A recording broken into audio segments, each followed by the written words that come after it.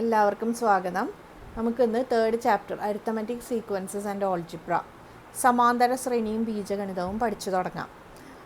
ആദ്യത്തെ chapter arithmetic സീക്വൻസസിൽ നമ്മൾ സമാന്തര ശ്രേണികളെ പറ്റിയിട്ട് പഠിച്ചു കുറേ കാര്യങ്ങളൊക്കെ.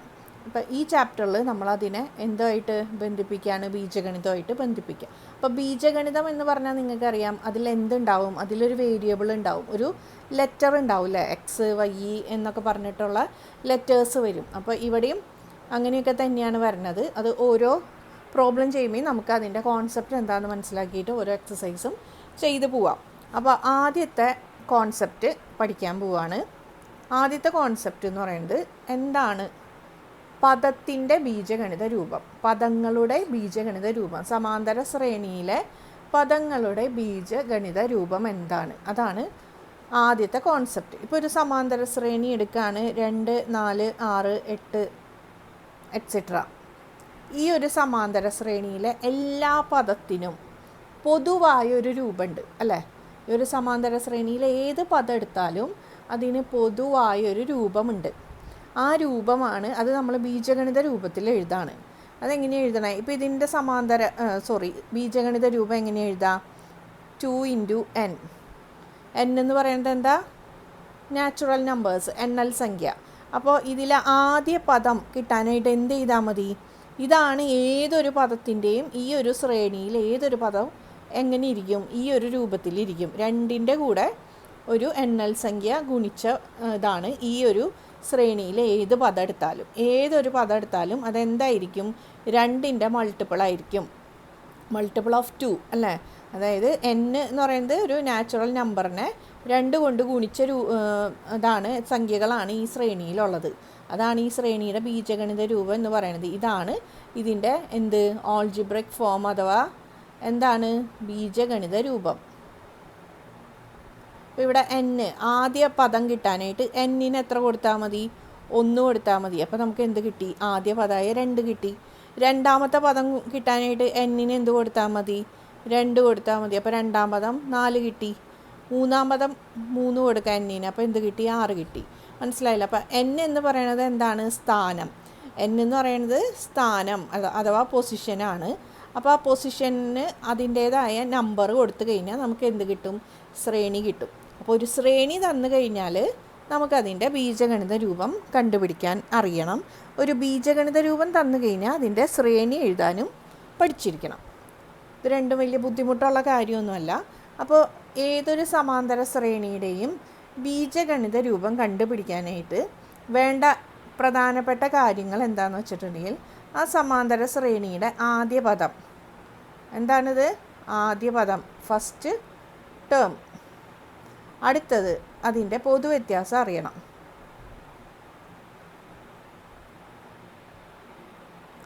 ഇത് രണ്ടും അറിഞ്ഞു കഴിഞ്ഞാൽ സമാന്തര ശ്രേണിയുടെ ബീജഗണിത രൂപം കണ്ടുപിടിക്കാൻ പറ്റും. ഇതിന് പല ഫോർമുലാസ് നിങ്ങൾക്ക് ഓരോ ടീച്ചറും ഓരോ തരത്തിലായിരിക്കും പഠിപ്പിക്കുന്നത്. ചിലവർക്ക് ഏത് ഫോർമുലയാണ് നിങ്ങൾക്ക് കംഫർട്ടബിൾ അതനുസരിച്ച് പഠിക്കുക. എന്തായാലും ആൻസർ എപ്പോഴും ലാസ്റ്റ് വരുന്നത് കറക്റ്റ് തന്നെയായിരിക്കും. അപ്പോൾ ഞാനിവിടെ എടുക്കുന്നത് xn, nth term of the arithmetic sequence. xn എന്ന് പറഞ്ഞാൽ എന്താ? n-ാം പദം. xn എന്ന് പറയുന്നത് nth ടേം, n-ാം പദം. അതായത് xn = dn + f - d. ഇതാണ് ഞാനിവിടെ എടുക്കുന്ന ഫോർമുല. മനസ്സിലായോ? ഒരു സമാന്തര ശ്രേണിയുടെ n-ാം പദം കണ്ടുപിടിക്കാനായിട്ട് എന്താണ് വേണ്ടത്? പൊതുവ്യത്യാസത്തിൻ്റെ കൂടെ n പ്ലസ് എന്താ? f - d. f എന്ന് പറഞ്ഞാൽ എന്താ? ആദ്യ പദം മൈനസ് പൊതുവ്യത്യാസം. മനസ്സിലായോ? അപ്പോൾ ഈ ഒരു ഫോർമുല ടെക്സ്റ്റിൽ തന്നിരിക്കുന്നത് എയും ബിയും ഒക്കെ വെച്ചിട്ടുള്ള സംഭവങ്ങളാണ്. അപ്പോൾ അതിൽ എ എന്താ ബി എന്താന്നൊക്കെ അറിഞ്ഞിരിക്കണേക്കാളും എനിക്ക് എളുപ്പമായിട്ട് തോന്നിയത് ഈ ഒരു ഭാഗം തന്നെയാണ്. കാരണം ഇതിൽ ഡയറക്റ്റ് ആയിട്ടാണ്. എഫ് എന്ന് പറഞ്ഞാൽ ഫസ്റ്റ് ടേം ആണ്, ഡി എന്ന് പറഞ്ഞാൽ കോമൺ ഡിഫറൻസ് ആണ്. അപ്പോൾ പിന്നെ നേരിട്ട് അത് അങ്ങ് കൊടുത്താൽ മതി. അപ്പോൾ എനിക്ക് ഇതാണ് എളുപ്പമായിട്ട് തോന്നിയത്. നിങ്ങൾക്ക് ഏതാ എളുപ്പം അതനുസരിച്ച് പഠിക്കാം. അപ്പോൾ xn = dn + f - d. ഇനി നമുക്ക് എക്സസൈസിലെ പ്രോബ്ലംസ് ചെയ്ത് വരുമ്പോൾ കുറച്ചും കൂടി മനസ്സിലാവും. പേജ് നമ്പർ 63 ഫസ്റ്റ് ക്വസ്റ്റ്യൻ ചെയ്ത് നോക്കാം. ഫസ്റ്റ് ക്വസ്റ്റ്യനിൽ തന്നിരിക്കുന്നത് find the algebraic form of the arithmetic sequences given below. എന്താ ബീജഗണിത രൂപം എഴുതാനാണ് പറഞ്ഞിരിക്കുന്നത്. താഴെ തന്നിരിക്കുന്ന സമാന്തര ശ്രേണികളുടെ ബീജഗണിത രൂപം. അപ്പോൾ ഫസ്റ്റ് ശ്രേണി നോക്കാം. 1, 6, 11, 16 ഇതാണ് തന്നിരിക്കുന്ന ആദ്യത്തെ സമാന്തര ശ്രേണി. അപ്പോൾ ഈ ശ്രേണിയുടെ പൊതുവ്യത്യാസം എന്തായിട്ട് വരും? പൊതുവ്യത്യാസം എങ്ങനെ കണ്ടുപിടിക്കും? അടുത്തടുത്ത രണ്ട് പദങ്ങൾ തമ്മിലുള്ള വ്യത്യാസം, അതായത് രണ്ടാം പദം മൈനസ് ഒന്നാം പദം അല്ലെങ്കിൽ മൂന്നാം പദം മൈനസ് രണ്ടാം പദം, അങ്ങനെ. അപ്പോൾ എന്താണ് 6 മൈനസ് 1 സമം 5 പൊതുവ്യത്യാസം കിട്ടി. ഇനി എന്താ നമുക്ക് അടുത്തത് വേണ്ടത്? ആദ്യ പദം 1 അതും കിട്ടി. ഇനി നമുക്ക് എഴുതാലോ X N equal to D N plus F minus D. D എത്രയാ? 5. എപ്പോഴും ബീജഗണിത രൂപം അല്ലെങ്കിൽ ഓൾജിബ്രിക് ഫോം അഥവാ ബീജഗണിതം എന്ന് പറഞ്ഞു കഴിഞ്ഞാൽ അതിൻ്റെ കൂടെ എന്തുണ്ടാവും? ലെറ്റേഴ്സ് ഉണ്ടാവും. മനസ്സിലായോ? ഒരു കംപ്ലീറ്റ് നമ്പേഴ്സ് ആയിരിക്കില്ല, അതിൽ ലെറ്റർ വരും, വേരിയബിൾ ഉണ്ടാവും. അതാണ് ഓൾജിബ്രയിൽ എന്തുണ്ടാവും? വേരിയബിൾ ഉണ്ടാവും. അപ്പോൾ ഈ എന്നിന് ഇനി നിങ്ങൾ വേറെ വാല്യൂ ഒന്നും കണ്ടുപിടിക്കാൻ നിൽക്കണ്ട, എന്നിന് എന്ന് തന്നെ കൊടുക്കുക. ബീജഗണിത രൂപം എഴുതാൻ പറഞ്ഞിട്ടുണ്ടെങ്കിൽ അതിൻ്റെ അർത്ഥം അതിൽ എന്തുണ്ടാവും? ലെറ്റർ എൻ ഉണ്ടാവും. ഇപ്പോൾ ഓൾജിബ്രയുടെ ആണെന്നുണ്ടെങ്കിൽ അരിത്തമെറ്റിക് സീക്വൻസിൽ വരുന്ന ബീജഗണിത രൂപത്തിലൊക്കെ എന്തായിരിക്കും? എൻ ആയിരിക്കും വേരിയബിളായിട്ട് വരുന്നത്. അപ്പോൾ എന്നിന് എന്ന് തന്നെ കൊടുക്കുക. 5n പ്ലസ് എഫ് എത്രയാ? 1 മൈനസ് ഡി എത്രയാ? 5, അതായത് 5n മൈനസ് 4. ഇതാണ് ആൻസർ. ഇതുകൊണ്ട് എന്താ ഉദ്ദേശിക്കുന്നത്? ഈ ഒരു ശ്രേണിയിലെ ഏത് പദം എടുത്താലും എന്തായിരിക്കും? അത് ഇങ്ങനത്തെ രൂപത്തിലായിരിക്കും. അതായത് ഏത് പദം എടുത്താലും അത് 5 ഇൻറ്റു ഒരു എണ്ണൽ സംഖ്യ മൈനസ് 4. ഈ എന്നിന് 1 കൊടുത്തു കഴിഞ്ഞാൽ ഇതിലെ ആദ്യ പദം കിട്ടും. എന്നിന് 2 കൊടുത്തു കഴിഞ്ഞാൽ രണ്ടാം പദം കിട്ടും. എന്നിന് 3 കൊടുത്താൽ മൂന്നാം പദം കിട്ടും. എന്നിന് 100 കൊടുത്താൽ 100-ാം പദവും കിട്ടും. ഈ സീക്വൻസിലെ 100-ാം പദം കണ്ടുപിടിക്കുക എന്ത് ചെയ്താൽ മതി? 500 മൈനസ് 4, അതായത് 496. മനസ്സിലായോ? അപ്പോൾ ഇങ്ങനെയാണ് ഈ ബീജഗണിത രൂപം എന്നുകൊണ്ട് ഉദ്ദേശിക്കുന്നത്. മനസ്സിലായല്ലോ? അപ്പോൾ ഇതിനിപ്പോൾ 1 കൊടുത്തു നോക്കിയേ. 5 മൈനസ് 4 എത്രയാ? 1. ആദ്യ പദം തന്നെയാണല്ലോ. ഇനി രണ്ടാം പദം കിട്ടാൻ എന്നിന് എത്ര കൊടുക്കുക? 2.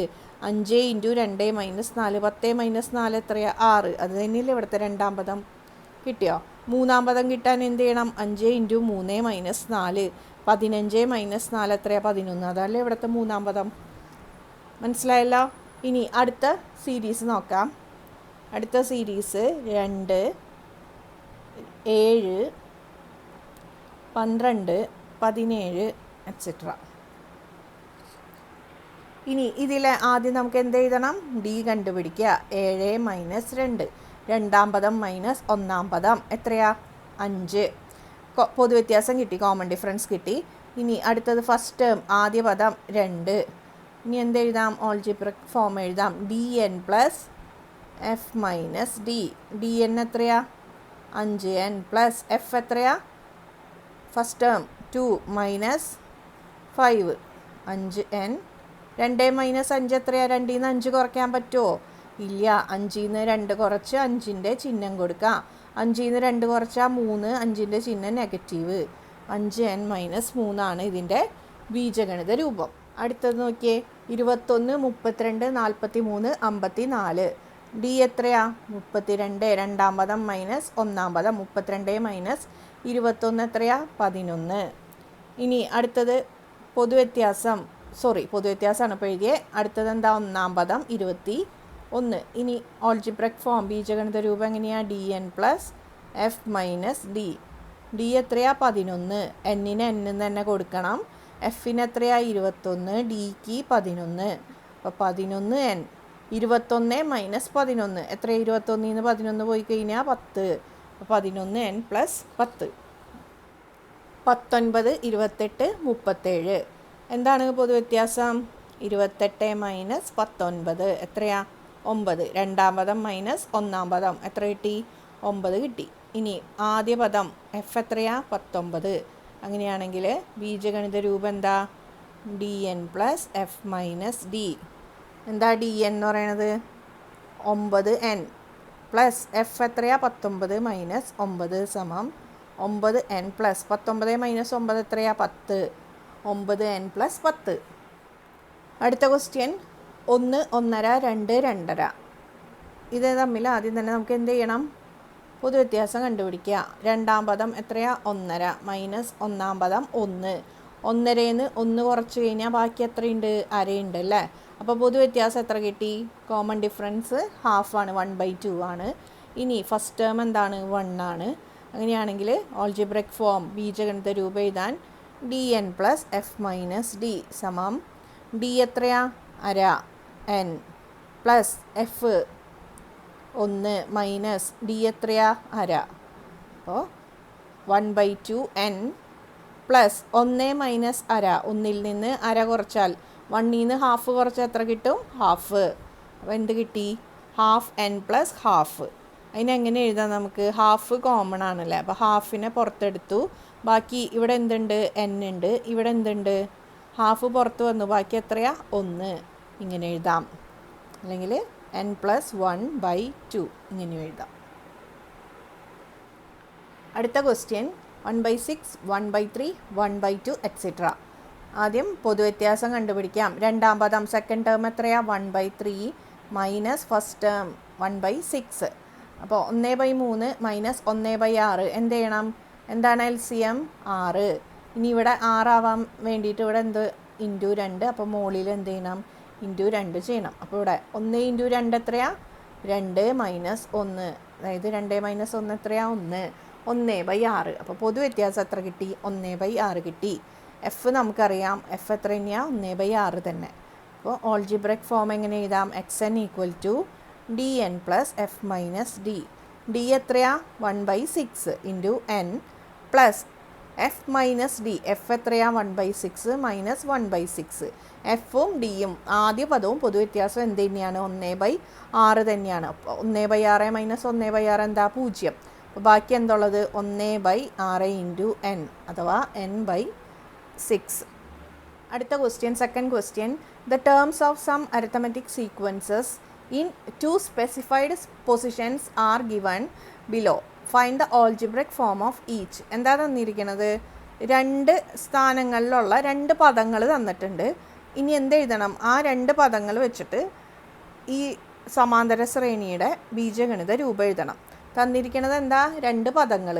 അത് അടുത്തടുത്ത പദമൊന്നുമല്ല, ഏതെങ്കിലും 2 സ്ഥാനങ്ങളിലുള്ള 2 പദങ്ങൾ തന്നിട്ടുണ്ട്. എന്നിട്ട് ആ സമാന്തര ശ്രേണിയുടെ ബീജഗണിത രൂപമാണ് എഴുതാൻ പറഞ്ഞിരിക്കുന്നത്. എങ്ങനെയാണ് ചെയ്യുക?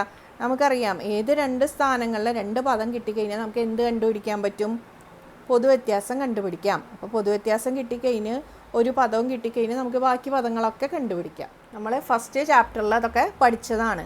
അപ്പോൾ ഇവിടുത്തെ ആദ്യത്തെ ക്വസ്റ്റ്യൻ നോക്കിയേ. First term 5, 10th term 23. എന്താ തന്നിരിക്കുന്നത്? ഒന്നാം പദം എത്രയാ? 5. ഇനി 10ാം പദം എത്രയാണ് തന്നിരിക്കുന്നത്? 23. അപ്പോൾ ഇതിൽ നിന്ന് നമുക്ക് എന്ത് കിട്ടും? പൊതുവ്യത്യാസം കിട്ടും. പൊതുവ്യത്യാസം എങ്ങനെയാണ് കണ്ടുപിടിക്കുക? പദങ്ങൾ തമ്മിലുള്ള വ്യത്യാസം ഡിവൈഡഡ് ബൈ സ്ഥാനങ്ങൾ തമ്മിലുള്ള വ്യത്യാസം. അപ്പോൾ എന്താ കണ്ടുപിടിക്കുക? x10 minus x1 divided by 10 minus 1. അപ്പോൾ എന്ത് കിട്ടി? 23. 10ാം പദം എത്രയാണ്? 23ൽ നിന്ന് ഒന്നാം പദമായ 5 കുറച്ചു ഡിവൈഡഡ് ബൈ എത്ര? 9. 23ൽ നിന്ന് 5 പോയാൽ എത്രയാ? 18 ബൈ 9 സമം 2. പൊതുവ്യത്യാസം എത്ര കിട്ടി? 2 കിട്ടി. മനസ്സിലായല്ലോ എങ്ങനെയാണ് കണ്ടുപിടിച്ചതെന്ന്? പദങ്ങൾ തമ്മിൽ കുറയ്ക്കുക, എന്നിട്ട് അവയുടെ സ്ഥാനങ്ങൾ തമ്മിൽ കുറച്ചിട്ട് അത് ഹരിക്കുക. മനസ്സിലായ? ഇനി നമുക്കപ്പോൾ ഇത് കിട്ടി. ഇനി ആദ്യ പദം ഇവിടെ തന്നിട്ടുണ്ട്, അതുകൊണ്ട് ഇനി ആദ്യ പദത്തിൻ്റെ ആവശ്യമില്ല, അല്ല കണ്ടുപിടിക്കേണ്ട ആവശ്യമില്ല. ആദ്യ പദവും അറിയാം, പൊതുവ്യത്യാസവും അറിയാം. അപ്പോൾ നമുക്ക് എന്ത് എഴുതാം? ആൾജിബ്രിക് ഫോം എഴുതാലോ. dn plus F minus D. ഇവിടെ എഫ് എന്ന് പറയുന്നത് ഏതാ? എഫ് തന്നെയാണ്. എന്ത്? x1 ആദ്യ പദം. അപ്പോൾ ഡി എത്രയാ? 2n പ്ലസ് ആദ്യ പദം എത്രയാ? 5 മൈനസ് 2 സമം 2n പ്ലസ് 3. അടുത്ത ക്വസ്റ്റ്യൻ നോക്കിയേ. First term 5, 7th term 23. അതായത് എന്താ? First term f equal to അഥവാ x1 ഈക്വൽ ടു എത്രയാ? 5. ഇനി 7th ടേം എന്താ? x7 equal to 23. അങ്ങനെയാണെങ്കിൽ ഡി എങ്ങനെ കണ്ടുപിടിക്കാം? പദങ്ങൾ തമ്മിലുള്ള വ്യത്യാസം, ടേംസ് തമ്മിലുള്ള difference x7 minus x1 divided by അവയുടെ സ്ഥാനങ്ങൾ തമ്മിലുള്ള വ്യത്യാസം 7 മൈനസ് 1. x7 എത്രയാ? 23 മൈനസ് 5 ബൈ 7 മൈനസ് 1 എത്രയാ? 6. 23 മൈനസ് 5 എത്രയാ? 18 ബൈ 6. എത്ര കിട്ടി? പൊതുവ്യത്യാസം സമം 18 6 എത്ര വട്ടം? 3 വട്ടം. ഇനി അടുത്തത് നമുക്ക് എന്ത് എഴുതാം? xn, കാരണം ഇവിടെ ഫസ്റ്റ് ടേം തന്നിട്ടുണ്ട്. അപ്പോൾ ഇനി അതൊന്നും കണ്ടുപിടിക്കാൻ ബാക്കിയില്ല, പൊതുവ്യത്യാസം മാത്രമേ കണ്ടുപിടിക്കാൻ ഉണ്ടായിരുന്നുള്ളൂ. അത് കണ്ടുപിടിച്ചു. അപ്പോൾ dn plus F minus D. D എത്രയാ? 3. 3n പ്ലസ് എഫ് എത്ര? 5 minus D 3. 3n plus 5 minus 3 എത്രയാ? 2. 3n plus 2. അടുത്ത പ്രോബ്ലം നോക്കിയേ. 5th term 10, 10th term 5. അപ്പോൾ എങ്ങനത്തെ സീക്വൻസ് ആയിരിക്കും? ഇത് കാണുമ്പോൾ തന്നെ എന്താ തോന്നണം? 5-ാം പദം 10ഉം 10-ാം പദം 5ഉം. അതായത് കുറഞ്ഞു വരാണല്ലേ. സ്ഥാനങ്ങൾ കൂടുന്തോറും പദം എന്താണ്? കുറഞ്ഞ സംഖ്യകളാണ് വരുന്നത്. അപ്പോൾ പൊതുവ്യത്യാസം എന്തായിരിക്കും? ഒരു നെഗറ്റീവ് നമ്പർ ആയിരിക്കും. ഓർമ്മയുണ്ടല്ലോ, അതൊക്കെ ഫസ്റ്റ് ചാപ്റ്ററിൽ പഠിച്ച കാര്യങ്ങളാണ്.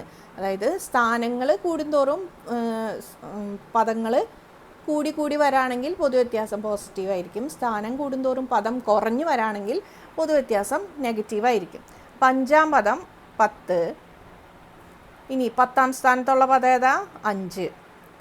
ഇനി നമുക്ക് എന്ത് കണ്ടുപിടിക്കാം? പൊതുവ്യത്യാസം കണ്ടുപിടിക്കാം. 10-ാം പദം മൈനസ് 5-ാം പദം ഡിവൈഡഡ് ബൈ 10 മൈനസ് 5. എന്താ? പദങ്ങൾ തമ്മിലുള്ള വ്യത്യാസം ബൈ സ്ഥാനങ്ങൾ തമ്മിലുള്ള വ്യത്യാസം. 10-ാം പദം 5 മൈനസ് 5-ാം പദം 10. മാറിപ്പോവരുത് കേട്ടോ. ഇങ്ങനെയൊക്കെ വരുമ്പോൾ ചിലപ്പോൾ നിങ്ങൾ അറിയാണ്ട് വലിയ സംഖ്യ കൊണ്ട് മൈനസ് ചെയ്യാനാണല്ലോ നമുക്ക് എപ്പോഴും നാച്ചുറലി തോന്നാം. അപ്പോൾ അങ്ങനെ എടുത്ത് എഴുതരുത്, ശ്രദ്ധിച്ച് തന്നെ എഴുതുക. 10-ാം പദത്തിൽ നിന്ന് 5-ാം പദം കുറയ്ക്കുകയാണ് വേണ്ടത്. 10-ാം പദം എത്രയാ? 5 മൈനസ് 5-ാം പദം 10. ഇനി സ്ഥാനം എങ്ങനെയാ? 10 മൈനസ് 5. ഇനി 5-ൽ നിന്ന് 10 കുറയ്ക്കാൻ പറ്റുമോ? ഇല്ല. അപ്പോൾ 10-ൽ നിന്ന് 5 കുറച്ച് 10ൻ്റെ ചിഹ്നം ഇട്ട് കൊടുക്കുക. 10-ൽ നിന്ന് 5 കുറച്ചാൽ എത്രയാ? 5. 10ൻ്റെ ചിഹ്നം നെഗറ്റീവ്. Divided by 10 minus 5. 10-ൽ നിന്ന് 5 പോയി എത്രയാ? 5. 5/5 എത്രയാ? 1. നെഗറ്റീവ് 5/5 എത്രയാ? നെഗറ്റീവ് 1. അപ്പോൾ പൊതുവ്യത്യാസം എന്ത് കിട്ടി? നെഗറ്റീവ് 1 കിട്ടി. ഇനി നമുക്ക് എന്ത് കണ്ടുപിടിക്കണം? ഇവിടെ നമുക്ക് തന്നിരിക്കുന്നത് രണ്ടും എന്താ? 5-ാം പദവും 10-ാം പദവുമാണ്. അപ്പോൾ നമുക്ക് എഫ് അറിഞ്ഞുകൂടാ, എഫ് അറിയില്ല. അപ്പോൾ എഫ് കിട്ടണം. എഫ് കിട്ടിയാലേ നമുക്ക് ഓൾജിബ്രൈക് ഫോം എഴുതാൻ പറ്റുള്ളൂ. അപ്പോൾ എഫ് എങ്ങനെ കണ്ടുപിടിക്കും? എഫ് നമുക്ക് പൊതുവ്യത്യാസവും ഒരു പദവും കിട്ടിക്കഴിഞ്ഞാൽ നമുക്ക് ഏത് പദവും കണ്ടുപിടിക്കാൻ പറ്റും. അപ്പോൾ നമുക്കിവിടെ 5-ാം പദത്തിൽ നിന്ന് 1-ാം പദം കണ്ടുപിടിക്കാം. 5-ാം പദത്തിൽ നിന്ന് 1-ാം പദം എങ്ങനെ കണ്ടുപിടിക്കും?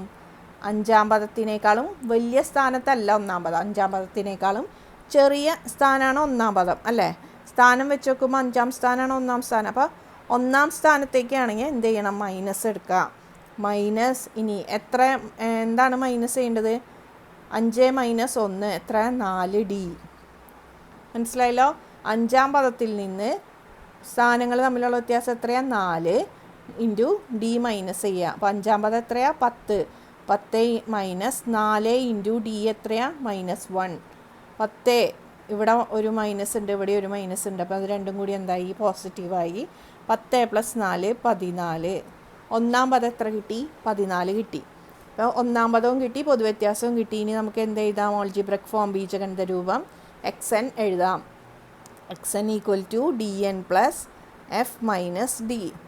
ഇനി ഇവിടെ ഡി എത്രയാ? -1 ഇൻറ്റു n പ്ലസ് എഫ് എത്രയാ? എഫ് ആണ് എന്ത്?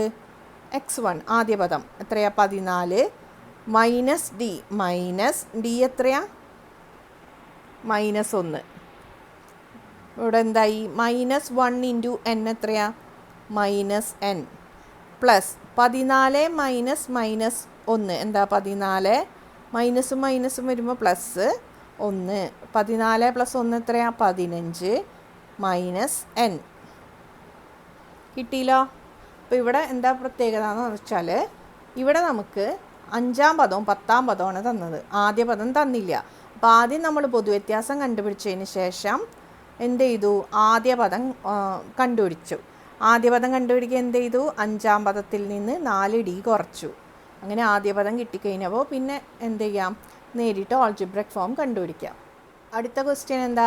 8th ടേം 2, 12th ടേം 8, 8-ാം പദം 2, 12-ാം പദം 8. അതായത് x8 എത്രയാ? 2, x12 എത്രയാ? 8. 8-ാം പദവും 12-ാം പദവുമാണ് തന്നിരിക്കുന്നത്, ആദ്യ പദം തന്നിട്ടില്ല. അപ്പോൾ അത് കണ്ടുപിടിക്കണം. അതിന് മുന്നേ നമുക്ക് എന്ത് കണ്ടുപിടിക്കാം? പൊതുവ്യത്യാസം കണ്ടുപിടിക്കാം. പൊതുവ്യത്യാസം കണ്ടുപിടിക്കുക എന്ത് ചെയ്യാം? പദങ്ങൾ തമ്മിലുള്ള വ്യത്യാസം ബൈ സ്ഥാനങ്ങൾ തമ്മിലുള്ള വ്യത്യാസം. ഇത് ഞാൻ എപ്പോഴെപ്പോഴും പറയണത്, ഇതിങ്ങനെ കേട്ട് കേട്ട് നിങ്ങൾക്കത് എന്താ മനപ്പാടാവണം, അതിന് വേണ്ടിയിട്ടാണ് പറയണത്.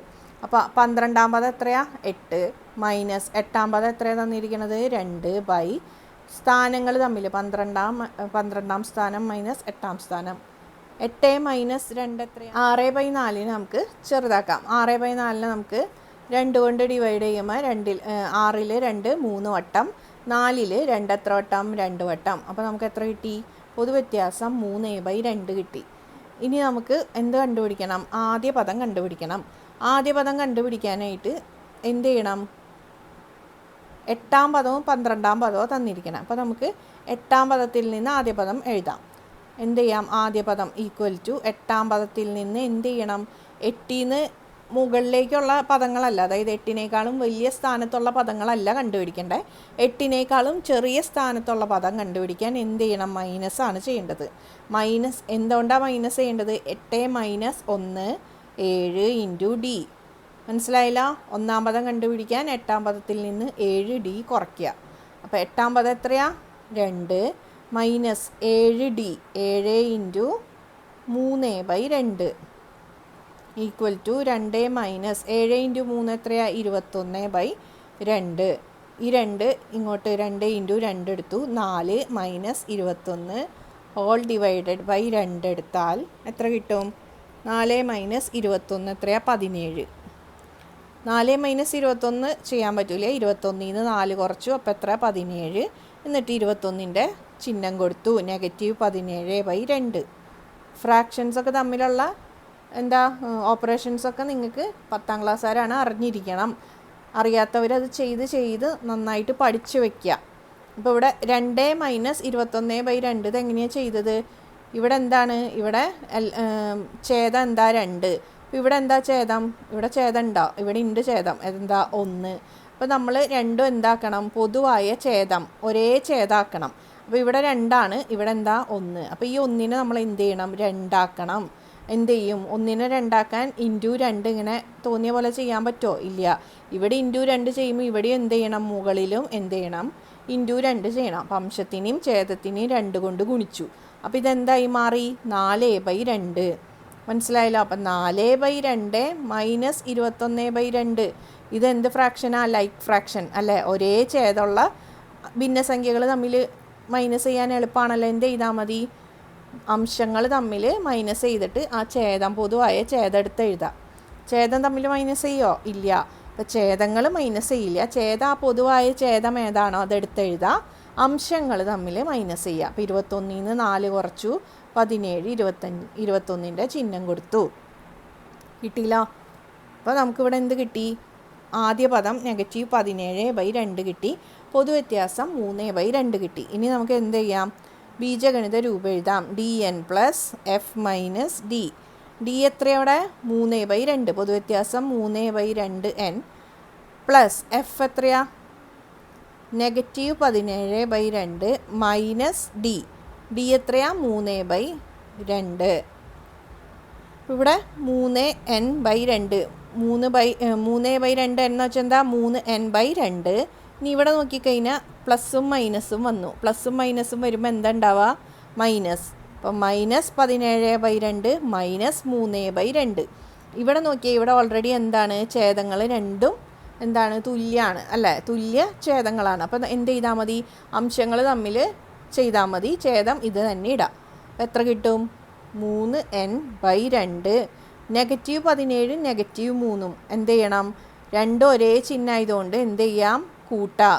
രണ്ടും കൂടി ആഡ് ചെയ്തിട്ട് ആ കോമൺ സൈൻ കൊടുക്കുക. 17 നെഗറ്റീവ് 3 നെഗറ്റീവ്. അപ്പോൾ 17 3 എത്രയാ? 20. എന്ത് കൊടുക്കണം? ചിഹ്നം അതെ, ആ 2 പേർക്കും ഒരേ ചിഹ്നമാണ്. ആ ചിഹ്നം തന്നെ കൊടുക്കുക. ബൈ എന്ത് കൊടുക്കുക? 2. 20/2 എത്രയാ? 10. അപ്പോൾ ഇതിനൊന്നും കൂടി സിംപ്ലിഫൈ ചെയ്ത് എഴുതാം. 3n/2 minus 10. അടുത്ത 4 ക്വസ്റ്റ്യൻസ് എന്താണ്? പ്രൂവ് ചെയ്യാൻ, തെളിയിക്കാനുള്ളതാണ്. അപ്പോൾ തേർഡ് ക്വസ്റ്റ്യൻ നോക്കാം. Prove that the arithmetic sequence with first term 1/3 and common difference 1/6 contains all natural numbers. എന്താണ് പറഞ്ഞിരിക്കുന്നത്? ആദ്യ പദം 1/3 പൊതുവ്യത്യാസം 1/6 ആയ സമാന്തര ശ്രേണിയിൽ എന്തുണ്ട്? എല്ലാ എണ്ണൽ സംഖ്യകളും ഉൾപ്പെടുമെന്ന് തെളിയിക്കണം. മനസ്സിലായ? ഇതിൽ എണ്ണൽ സംഖ്യ മാത്രം ഉണ്ട് എന്നല്ല പറയണത്, എന്തുണ്ട്, ഇതിൽ എല്ലാ എണ്ണൽ സംഖ്യകളും വരുന്നുണ്ട് എന്ന് കാണിക്കണം. എന്താ തന്നിരിക്കുന്നത്? ആദ്യ പദം 1/3 1/3. ഇനി കോമൺ ഡിഫറൻസ് 1/6, പൊതുവ്യത്യാസം 1/6 ആണ് തന്നിരിക്കുന്നത്. ഇനി ഇതിൽ നമുക്ക് പ്രൂവ് ചെയ്യാൻ, തെളിയിക്കാനുള്ളത് എന്താ? ഈ ഒരു സീക്വൻസ് എഴുതിയിട്ടുണ്ടെങ്കിൽ ഈ അരിത്തമാറ്റിക് സീക്വൻസിൽ എന്തുണ്ട്, എല്ലാ നാച്ചുറൽ നമ്പേഴ്സും വരുന്നുണ്ടെന്ന് തെളിയിക്കണം. അപ്പോൾ അതിനു വേണ്ടി നമ്മൾ എന്ത് ചെയ്താൽ മതി? ഇതിലെ സീക്വൻസിലെ പദങ്ങളുടെ പൊതുവായ രൂപം എടുക്കുക. അതെന്ത് രൂപ? അതാണ് ബീജഗണിത രൂപം. ആ ബീജഗണിത രൂപം എടുത്തു കഴിഞ്ഞാൽ അതിൽ എന്ത് വരുന്നുണ്ട്? എല്ലാ എണ്ണൽ സംഖ്യകളും വരുന്നുണ്ടെന്ന് കാണിക്കുക. അപ്പോൾ നമുക്കിവിടെ ബീജഗണിത രൂപം എഴുതാനുള്ള കാര്യങ്ങളൊക്കെ ഇവിടെ ഉണ്ടല്ലോ. എഫ് ഉണ്ട്, ആദ്യ പദം ഉണ്ട്, പൊതുവ്യത്യാസം ഉണ്ട്. അപ്പോൾ ബീജഗണിത രൂപം എങ്ങനെ എഴുതും? dn plus F minus D. ഇവിടെ ഡി എത്രയാ? 1/6 ഇൻറ്റു എൻ പ്ലസ് എഫ് എത്രയാ? 1/3 മൈനസ് ഡി എത്രയാ? 1/6. അപ്പോൾ n/6. ഇനി 1/3 നിന്ന് 1/6 എങ്ങനെ കുറയ്ക്കും? ഇവിടെ എന്താ? 1/3, ഇവിടെ മൈനസ് 1/6. അപ്പോൾ ഛേദം നോക്കിയേ, ഇവിടെ 6, ഇവിടെ 3. അപ്പോൾ ഇതിനും കൂടി എന്താക്കാം? 6 ആക്കാം. അതിന് എന്ത് ചെയ്യണം? ഇൻറ്റു 2 ഇവിടെയും ചെയ്തു, ഇവിടെയും ചെയ്തു. അപ്പോൾ എന്ത് കിട്ടി? n/6 പ്ലസ് 2/6 മൈനസ് 1/6, അതായത് n/6 പ്ലസ് 2 മൈനസ് 1/6. ഇങ്ങനെ എഴുതാലോ. അംശങ്ങൾ തമ്മിൽ മൈനസ് ചെയ്തിട്ട് പൊതുവായ ഛേദം എടുത്ത് എഴുതാം. എത്രയാ? n/6 plus 1/6. ഇതിനി എങ്ങനെ എഴുതാം?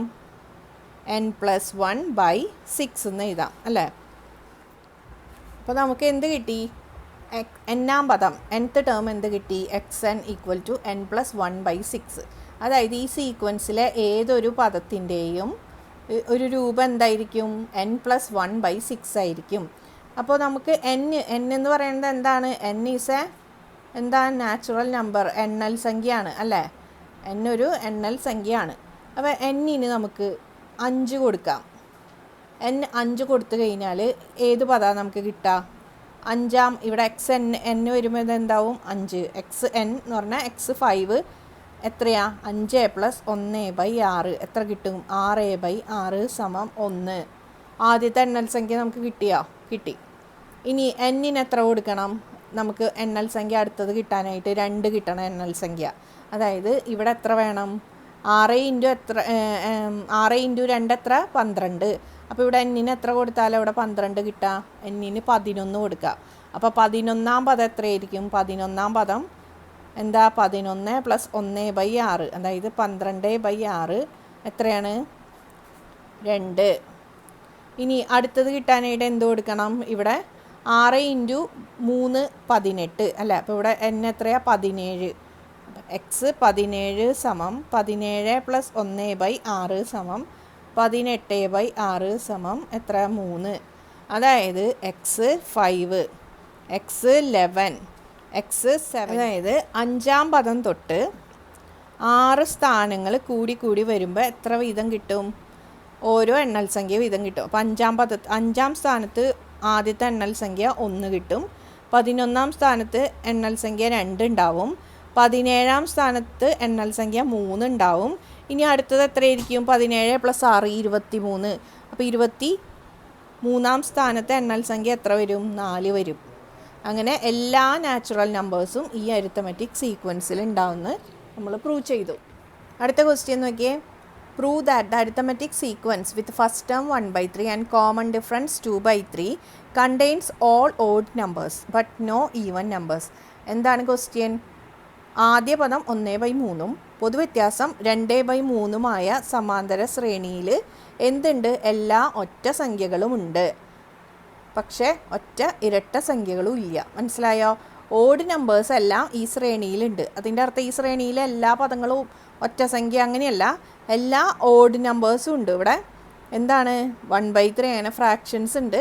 പിന്നെ ഒറ്റ ഈവൻ നമ്പേഴ്സ് ഇല്ല. ഈവൻ നമ്പേഴ്സ് ഇല്ല. ഓഡ് നമ്പേഴ്സ് എല്ലാം ഈ ശ്രേണിയിൽ പെടും.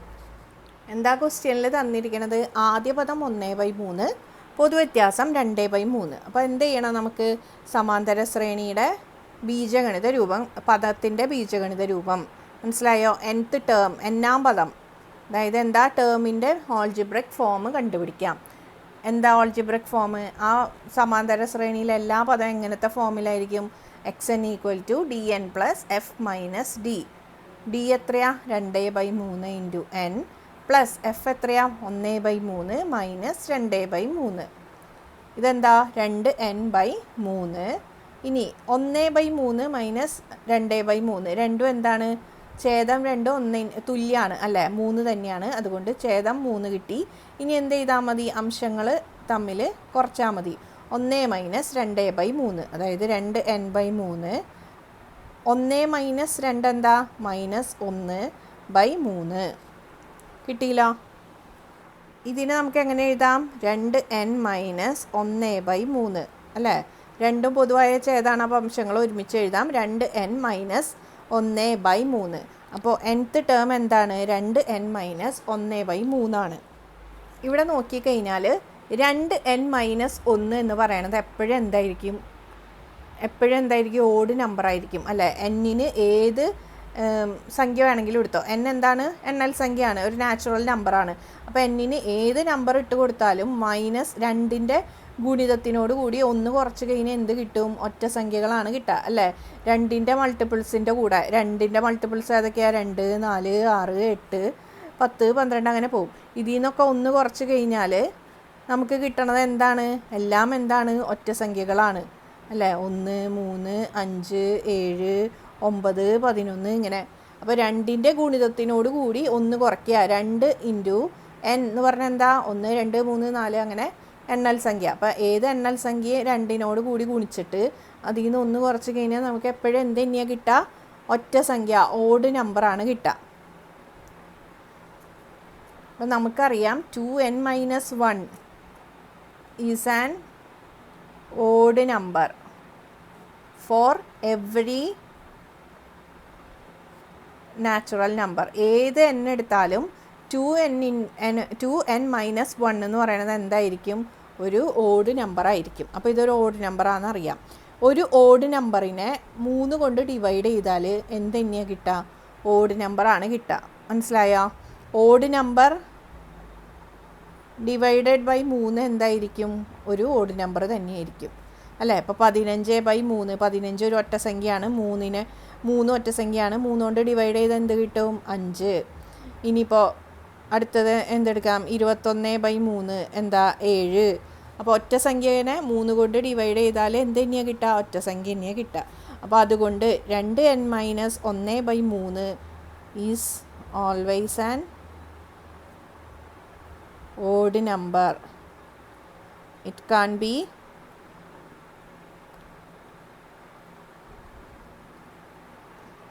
ഒരു ഇരട്ട സംഖ്യ ആവാനായിട്ട് ഒരു ചാൻസും ഇല്ല. കാരണം ഇത് എങ്ങനത്തെ FOMAA? Odd number divided by 3, അതായത് ഓഡ് നമ്പർ തന്നെ. അടുത്തത് n-ന് 5 കൊടുത്തേ. അപ്പോൾ എത്രയാ? 5-ആം പദം എത്രയാണെന്ന് നോക്കാം. 2 × 5 - 1/3, 10 - 1/3, 9/3. 9/3 എത്രയാ? 3. 3 × 3 9. അപ്പോൾ നമുക്ക് എന്ത് കിട്ടി? 2-ആം പദം എന്ത് കിട്ടി? ഒറ്റ സംഖ്യയായ 1 കിട്ടി. 5-ആം പദം എത്ര കിട്ടി? അടുത്ത ഒറ്റ സംഖ്യയായ 3 കിട്ടി. ഇനി അടുത്ത 8-ആം പദം എടുത്തു കഴിഞ്ഞാലോ? 8-ആം പദം എടുത്ത് x8 = എന്താ? 2 × 8 - 1/3.